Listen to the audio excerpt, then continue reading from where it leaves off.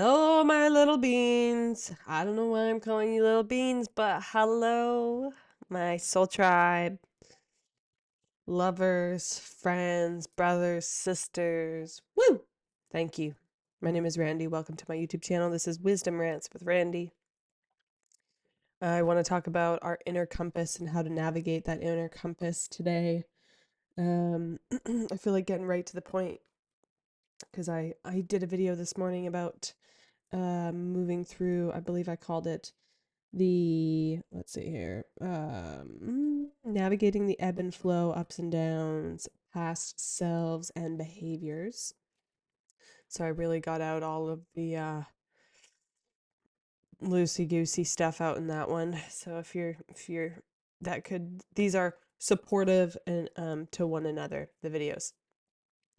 And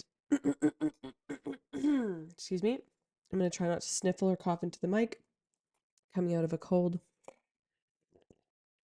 Have my giant tea. I'm ready to get this party started. So, yeah, navigating your inner compass. What is the inner compass? Where does it come from? What is it? When I say inner compass, this could mean intuition. This could mean that little voice in your head that goes, "I need that." Or the other little voice in your head that says, "You should probably get outside today." Or another little voice that says,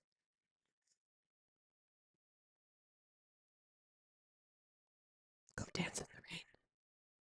And typically, this little voice is always giving you something that is good for you. I would say like 99% of the time. Because our intuition or our inner compass is never going to give us something that is not supportive to our growth or our health or well being. And so that's really something to take into consideration as we move through this topic of conversation. Because I often get confused with the little voice of my intuition, my inner compass, and the other voice, which could be the ego or the self saboteur or the victim. That's probably along with the self saboteur. Um, yeah. And these parts of ourselves, or whatever you want to call them, I try not to identify with them too much as parts, but more or less as, uh, yeah, sometimes I call them the voices or, um, excuse me, the unheard or the combative. Sometimes it's mom's voice, sometimes it's dad's voice, sometimes it's society's collective voice, sometimes it's a community collective voice, sometimes it's a teacher. You know what I mean? Anyways, the list goes on and on. We have our little snuggle buddy Blue here. He's wrapped up in a blankie. You can't really see him, but he's there. He's there. He's our snuggle companion throughout these journeys we go on. But he's taking a cat nap, so we're gonna let him be, or a doggy nap.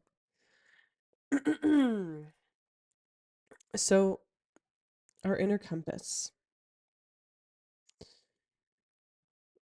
How to identify the inner compass? If you don't have a healthy relationship with your intuition, or you've struggled with your intuitive impulses or your intuitive nudges or whatever you want to call the intuitive voice, those feelings within you, it's probably because there was an incident that happened that made you think bad about it, or made you think, oh wow, we are really rocking the cockatoo. Made you think that it wasn't to be trusted. And so this should be the part of ourselves. And I say should because it's it's like the guiding light we came to earth with. And when you develop a unhealthy relationship or completely dismiss the relationship with that guiding light, then things can get pretty clouded pretty fast. And I'm going to share briefly, I'm going to try to keep it brief about my past and how my relationship with my intuition really got effed up, to say the least, and how I grew awareness to come out of that and um, reinvent. I don't know if that's the right word, but relearn or just yeah, redevelop a healthy relationship with my intuition that I now feel very strongly and gratefully partnered and um, trusted and trust and can trust. And so this story starts at around the age of 16, and I had a boyfriend, bless his heart. Um, if you're watching this, you know who you are.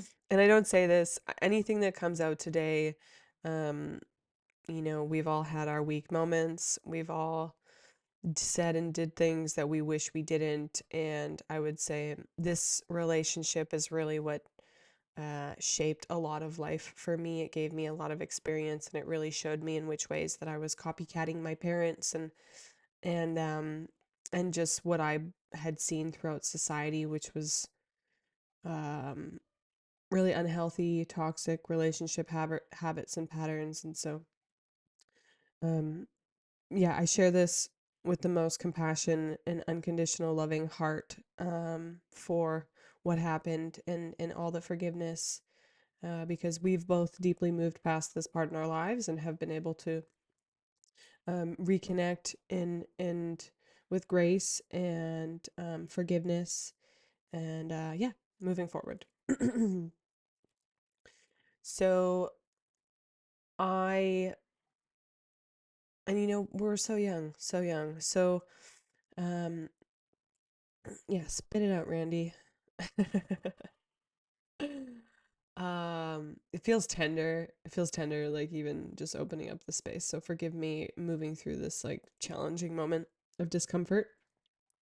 Ugh, it's a tender one. So I we had been together for an extended amount of time. It started with roses, flowers, and butterflies and rainbows, and then it wasn't at one point, and things got pretty extreme and I would say abusive on both parts, not physically, but mentally, emotionally. I think we held up pretty equal sides of the bargain, being young teenagers, and I would feel like things were happening. Like I would have this sense that like, I don't feel like you're being honest with me, and his response would be like, "You're crazy." And I get it.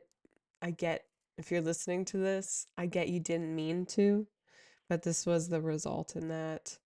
And I'm not blaming by any means. I'm sure there was some other factors to it, but um, and I wouldn't say it was just him. I would say it was the previous boyfriend before that when I was 13, who I actually ended up moving in with because of some turbulence I had at home.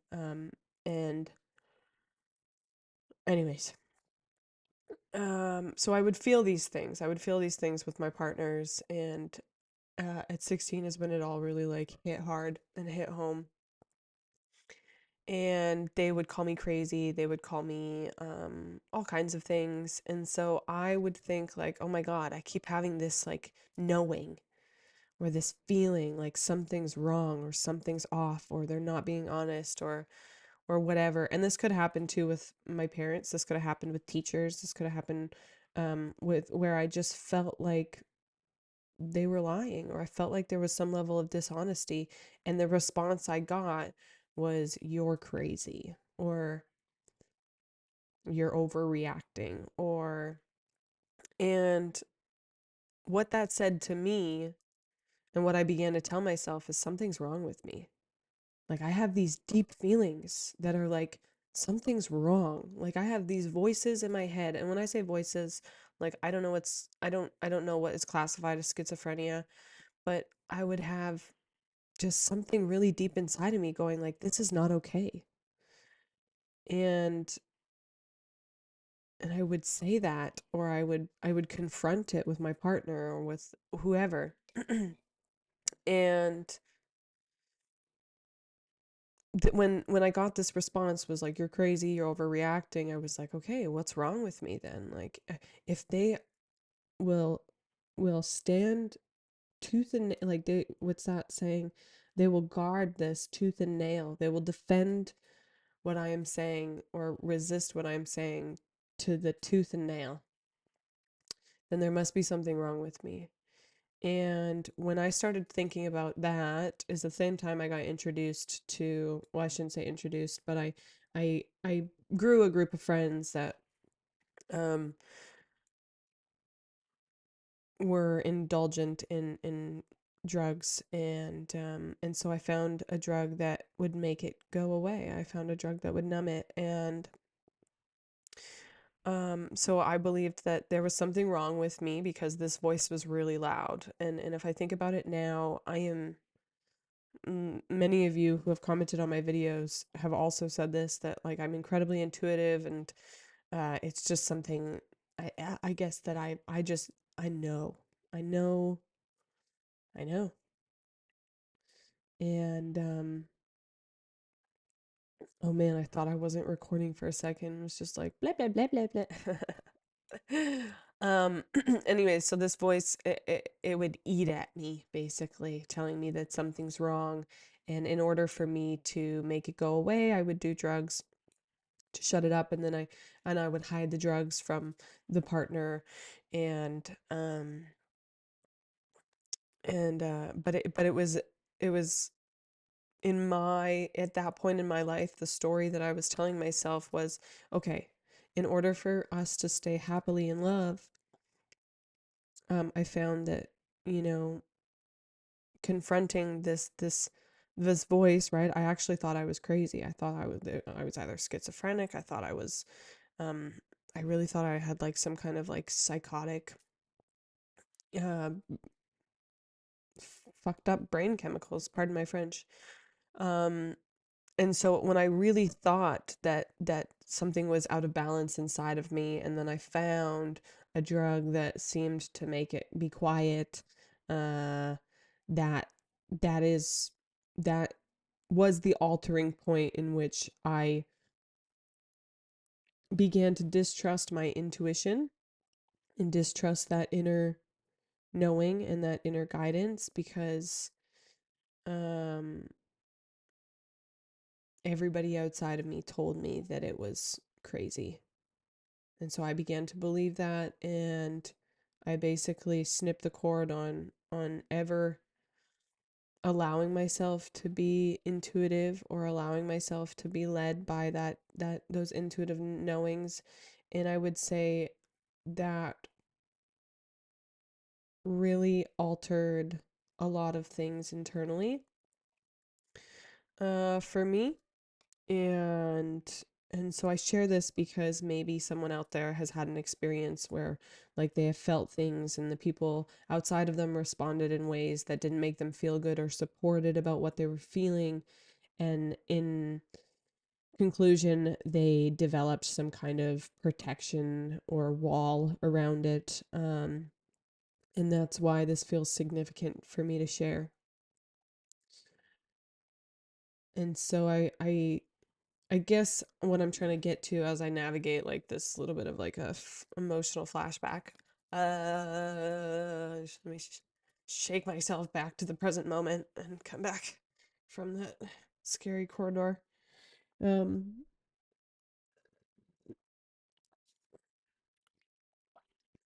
yeah, I don't blame anybody. I trust for whatever significant reason it was a part of my path, and it really is an essential part of the reason why I have such faith and strength in my relationship with my intuition now, is because I was at the depth of seeing the one part of me that I should actually trust as the one part of me that I was most scared of.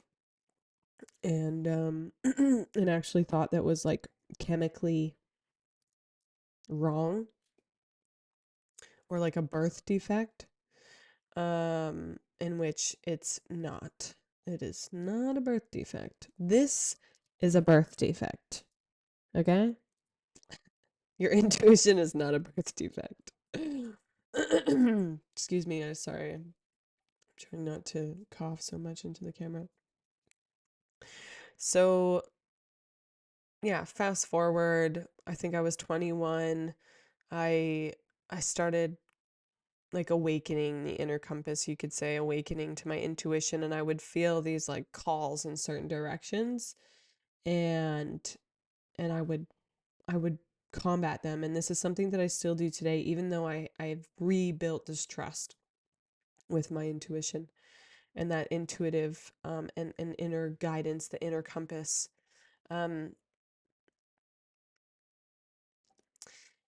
it will lead you to the most beautiful places if you allow it. And sometimes they don't always make sense, but when I was 21, I don't even fully remember how it started happening, but I really started exploring like, oh, this part of me said go that way and this part of me said go that way. And probably the breaking point, or the breakthrough point, I should say, was when um everything in me was, the voices, um this is not your intuition. The voices, when I say the voices, I'm talking about mom, dad, teachers, grandparents, whoever else is up there.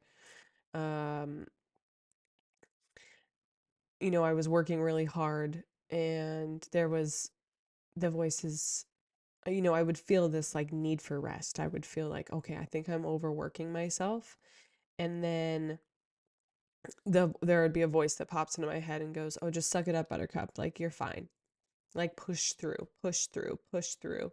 And then I think within a week of like having these combating voices, excuse me, between like a part of me being like, "Hey, I think you're working too hard and you need to like rest a little bit and take it easy."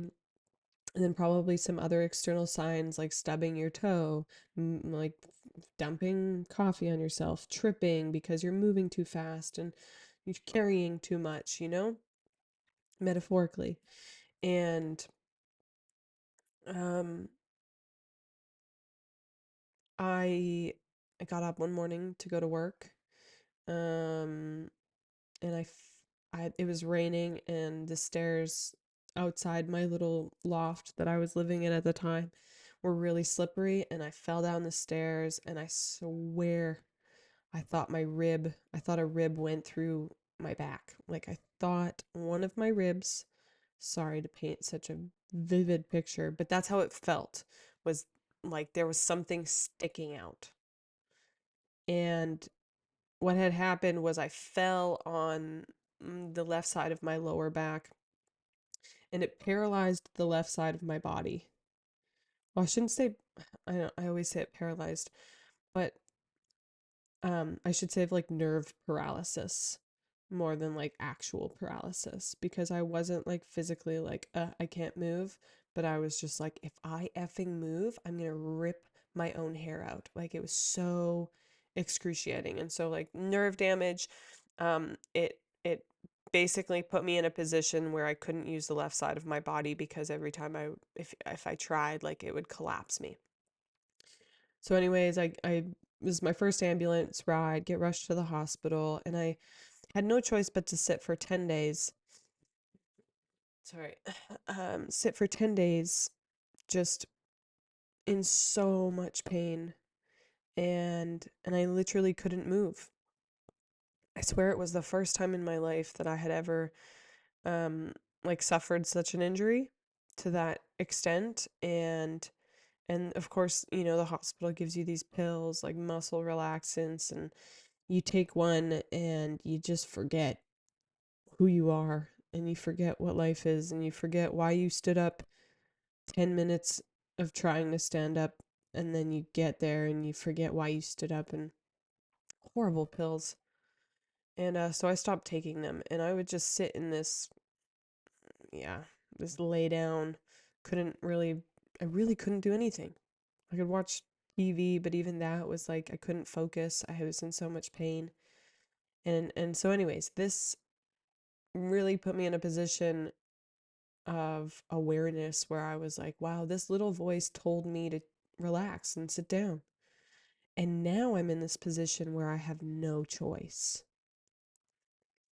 And I believe in I have good communication with my divinity, and or at least that point was like reconnecting it in powerful ways, and or reconnecting to it. And I would go, like, why, like, what is this? And things would start coming through, and I'd start writing, and I could see that it was for my benefit for whatever reason, and I was learning a lot throughout that process, and that recovery and healing process.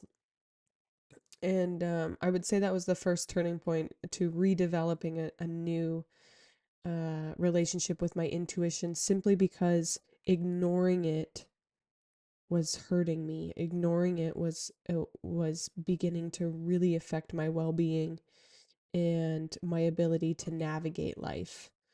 Um, and so I would say I've had a couple incidences since then where I didn't listen to my intuition and wound up in some pretty unfortunate positions. Um, and so I guess that was just kind of, I wanted to paint this picture if anybody else can potentially relate in some way, and they've had these circumstances or similar experiences where life is, you feel like there's this hint. You feel like you're getting these hints from life, and you can't help but ignore it, or turn a blind eye, or every other voice in your head pops in and goes, don't listen to that one. um which I find to be interesting, considering the inner compass is generally trying to lead us towards healing, and the other voices are what keep us stuck. And so, just to segue out of my personal experience and into how we can strengthen our intuition, and and develop a healthy relationship with it, and actually try to like learning how to listen to it and understanding what that is, and that it doesn't always communicate things that make sense. The intuition doesn't lead with logic. The intuition leads with what I want to say is spirit or God. um and it reminds me of this meme or a picture I saw where it was like, I actually posted it as a thumbnail to one of my most recent videos. And it's like the little man standing at the edge of the cliff, and then it's like a hand going to flick him off the cliff. And it's like, this is the hand flicking is God, the cliff is God, and then the hand that's going to catch the little man flying off the cliff, that's also God. And so it's like, um, it's not how we would interpret like it to be everywhere. We don't think, or the way at least my brain has operated is to think like, God, why would you do this to me? And then it's like, oh, actually, God is the one that pushed you, but he's also the one that, or she is also the one that's going to catch you, he or she, or however you identify with God. Um, it's all God. It's all divine. It's all sacred. It's all whatever you want to call it. But it's all connected to that same divinity. It was like, I saw one of those videos. It was like one of those spiritual cartoon. I forget what they're called, but it shows like all the little people are the fingers of the same hand beneath the surface. And that's a really good example to use. So our intuition is never something that will consistently logically make sense. And as an example, I had this creamer in my fridge, and I don't drink creamer. My dad brought it over because he loves it with his tea, and he would come over for a tea, have morning teas with me, and so he brought his own creamer, and I've had it sitting in the fridge, and I would use it like occasionally here and there just as like a treat. But then the other day, if I asked my that internal compass, like what is blocking me, and it was like dump out the creamer, and I'm like, no, I don't want to dump out the creamer. And I'm like, how is that really what's like getting in the way? And so I say this because it's one of the things about the intuition or that inner compass that comes as a surprise, I would say, or comes off as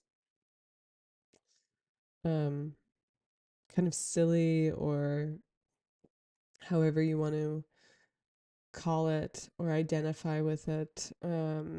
It's it's not meant to make sense, and a lot of the times for me it doesn't. Um, and so I think that's the funniest part.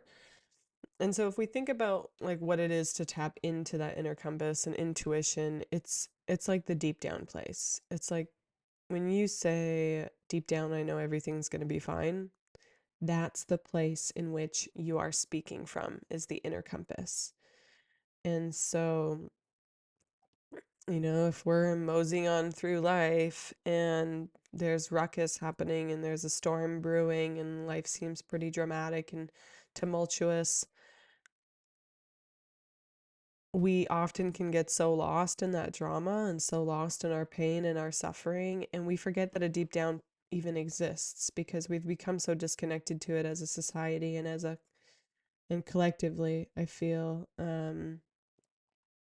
And I can't speak for all cultures and all around the world because I haven't experienced that extent, but I do know, if I'm reading into collective energy, that we all struggle with intuition in our own ways, shapes, and forms, and definitely have based on what we've been taught and consumed throughout our lives and growing up. And so, um, yeah, that deep down place is something that requires stillness and quiet to hear.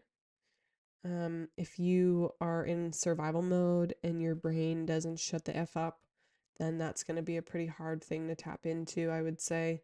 At least I can speak from my own personal experience. I deeply struggled with an overactive, overthinking, overanalytical, exhausting brain of talking. And that didn't ever allow me to access that deep down place. It didn't I would say it probably drowned. It was drowning it out. If it, you know, I it was like I didn't even know it existed because there was so much up in that little brain cavity of mine going on that it didn't even consider that there was an inner sanctuary that lied within where it knew that no matter what is going on, everything is going to be okay. Or and that can sound different to everyone, so don't, if that it doesn't resonate for you, leave it. But I feel like that's one that resonates across the board for all of us is, deep down, oh, deep down, something's got to give, or deep down,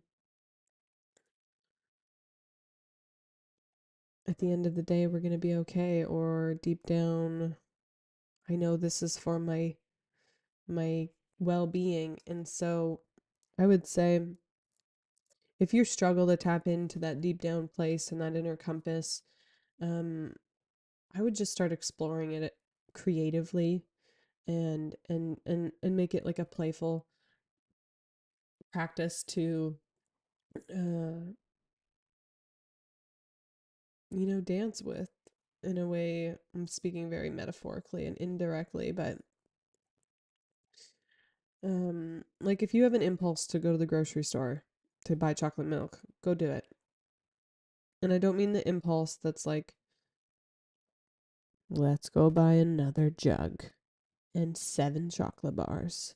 And okay, this is what's funny about intuition is that it's literally just like we've seen in the movies where the angel and the devil on the shoulder, where the intuition goes, maybe I'll go to the store.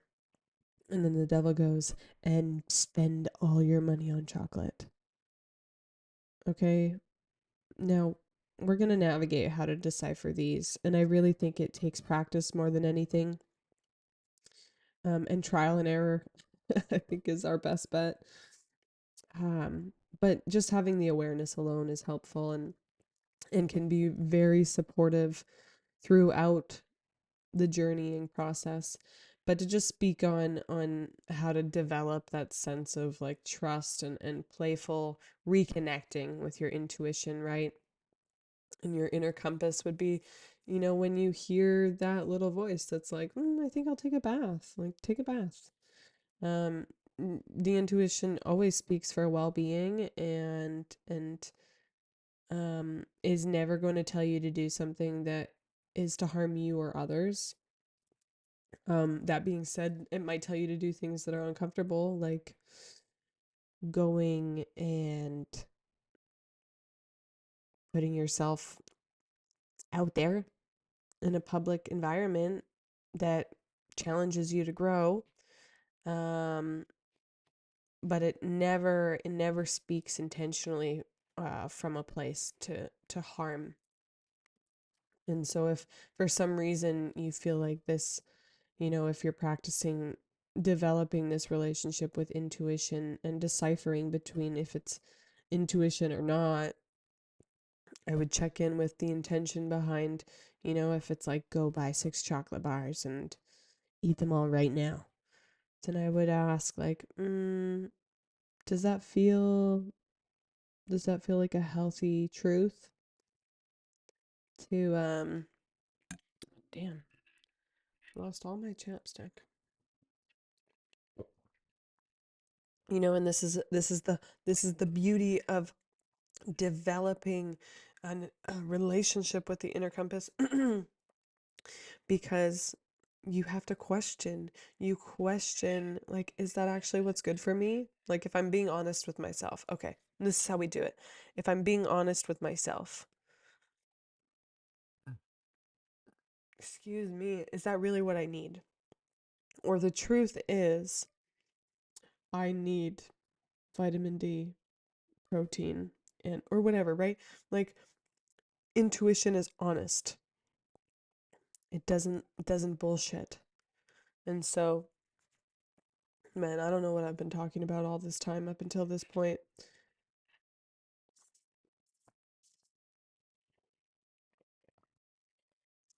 I feel like I've just been running circles. Hopefully there's something in here for someone out there though.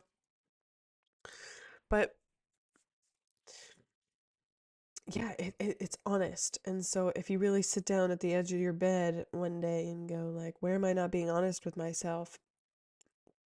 That will help you start to develop an healthier relationship with that inner compass. Because I've made a video about this before. The reason that we don't trust ourselves is because we're not honest with ourselves.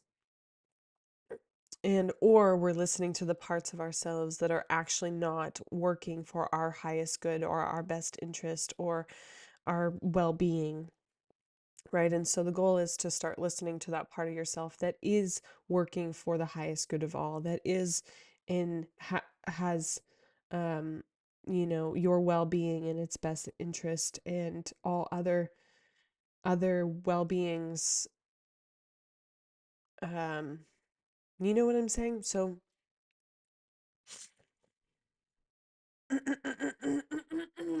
sorry, I'm getting a little choking.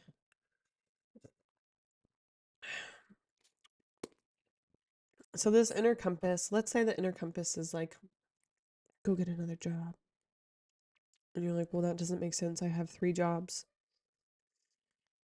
I would like check in and say, would another job help me? Yes. Weigh your pros and cons.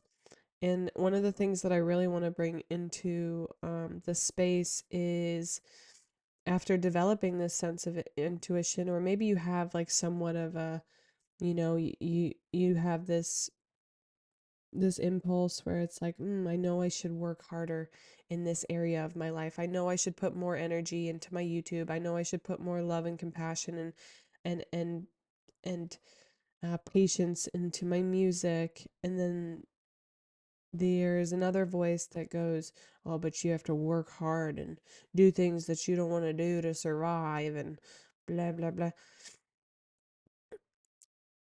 Something that I found is I often, like, I will go to war inside myself, and this happens all the time. I've also made a video about being at war inside yourself, so if that's something that you've struggled with, I suggest and invite you to go check that out because it could support you through your journey and through this journey in general. But I find that I'm only at war with myself when my intuition tells me to do something and there's a belief or another thought or something inside of me that combats its um it'll be like, oh, go have a sauna, take it easy today, rest, sweat it out, recoup. And then the other voice would be like, well, then you have to go and put on your bathing suit and get dressed and blah blah blah. And it kind of like fights it a little bit. And I think for me, this has really just been a part of the process of like developing that strength, right? It's kind of like resilience training or weightlifting is um and I really think it comes back to quieting those inner voices, getting to that place of inner stillness and quiet where you can hear the deep down, where you can hear like, oh, okay, that's the part of me that knows everything that's going to be okay. That's the part of you that you want to listen to. The part of you that's like, don't worry. Even though everything seems like a mess right now, it's all going to work out because we get so lost in the chatter of the other voices that are like, this is the world is ending.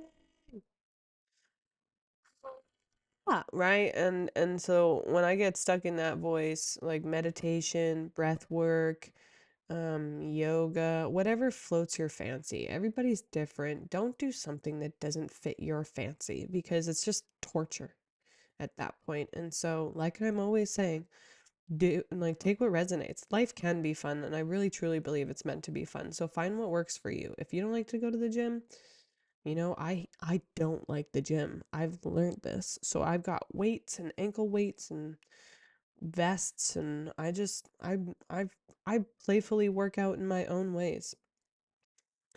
And same thing. Like if you don't like to meditate, try breath work. Or if meditate is hard, or um meditation there, or writing, or just find something that helps quiet your inner noise. For me, coming here into this space, sharing my voice with you guys helps me clear the internal because this is all happening inside of me, whether I bring it into this space or not, whether I sit here and talk into my microphone or not. It's happening internally all the time. And so if I don't bring it into this space, it just becomes like an unorganized library in there that and so this is me organizing my library, stacking the books, getting them out of the head into the physical world. And so that's what's up. Clearing the clutter, brain drain, write that stuff out, burn it safely. Or sometimes I bury it, sometimes I throw it in the garbage, whatever. Just help yourself get that clutter out that is contaminating your ability to listen to that inner knowing. And then the more we do that and the more we practice listening to our inner knowing, the easier it will become. And so, one of the things that was really important about me talking about this today is I realized some of the content that I share and some of the things that I offer in shorts can be totally misread and taken out of context, which is why it feels really important to mention it. Because when I say, like, everything tells us to go in this direction and that direction, and one person says, like, oh, you should eat more bananas, and the other person says, well, you should probably go to a doctor, and the other person says, well, you should go to therapy, and the other person says, well, I know this really good spiritual that does emotional integrating and decoding, and I'm talking about myself, but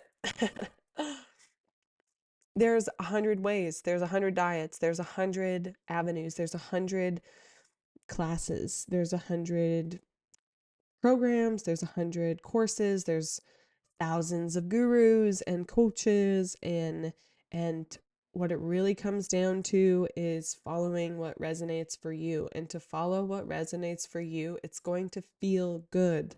Okay? Following that inner compass feels good in your body. Following that inner compass, it does mean maybe you will be challenged and it'll be a little bit uncomfortable sometimes, but in the end it's going to make you feel good. It's like an ice bath, right? Ice baths. I can't believe how dehydrated I am right now. My lips are pruning in this moment. Ice baths, they suck. They obviously don't feel good. But after,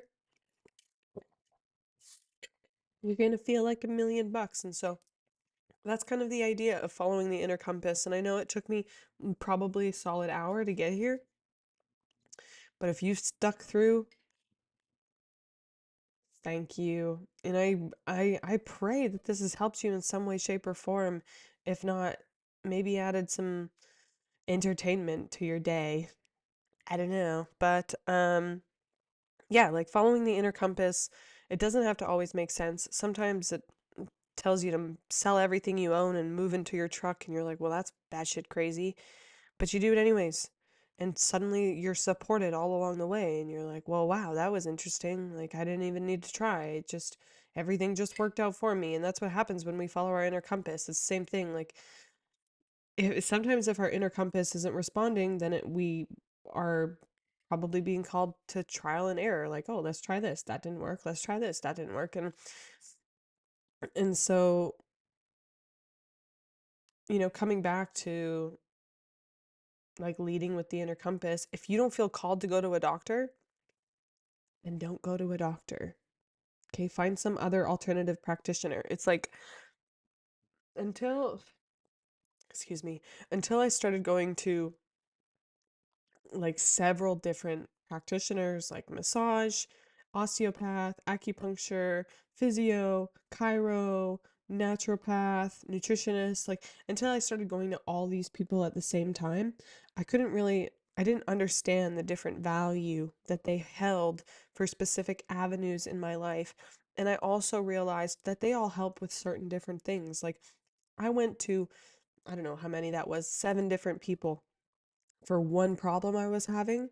And it turned out that one of those people were actually able to help with that problem, whereas the other 6 were helping me in other areas that might have been somewhat related to the problem, um, but in a really, like,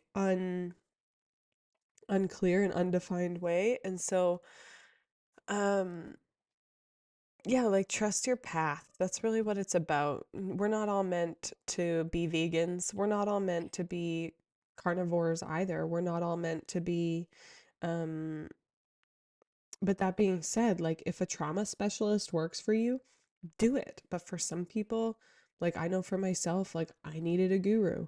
I needed a shaman. That's what I needed. If that doesn't resonate for you, then go where you need. Go with what resonates for you, because the reason it resonates for you, it's resonating because that's your inner compass going, yes, this is in alignment, right? That's the resonance of music, right? You can't jar two different resonant or unresonating frequencies into each other. I don't know, like if you DJ, you can't just jar drum and bass and like melodic. I mean, you can sometimes, but what I mean is, if one is going in and one is a wall, there needs to be that's not the reference I'm meaning to use, but there needs to be a give and a take. There needs to be an in breath and an out breath. There needs to be a divine synchronistic harmonization of matching and equilibrium and balance and yin and a yang and in order for things to match and resonate with one another. And so that is not going to be a one size fits all. And so, yeah, following your inner compass is what feels good in your body. It's not always comfortable, but it is for your highest good and your most well-being. And a lot of the times it's going to be what is more fun and playful and more enjoyable for you. A lot of the things that are in resonant with us are not something we hate doing. Like very, very, I don't even think ever I've ever found something that I absolutely hate that ends up being exactly what I needed. No, I'm always like coming from a place of like, ooh, this looks cool, or like, oh, that looks fun, or this is interesting, and I feel compelled towards it. And that compelling is that inner compass. I feel so deeply. And so yeah, I'm gonna leave it there. My laptop's dying. I love you all so much. I really hope this I didn't just dance around the microphone for the first 30 minutes and then come to a finale conclusion. But that is the dance, right? That is the navigating. This is me doing the organization in my library, and so thank you so much. I understand it's not for everybody, but I appreciate you if you are here, and all of your love and your subscribes and your likes and your comments. They mean the world to me. You guys have no idea how great it feels to be received when all you want to do is give to the world, in whatever capacity that is. And yeah, I get it doesn't resonate for everybody, and that's a good thing because it's not supposed to. And I trust that those that it resonates for is because it's meeting you where you need to be met on your journey. So thank you for allowing me to hold this space and be in this space with me, taking the time. I love you guys so much, and gals, girls, boys, everybody. Oh, it means the world to me to be able to show up and offer this. Thank you. And have a blessed rest of your day. Till next time. Bye.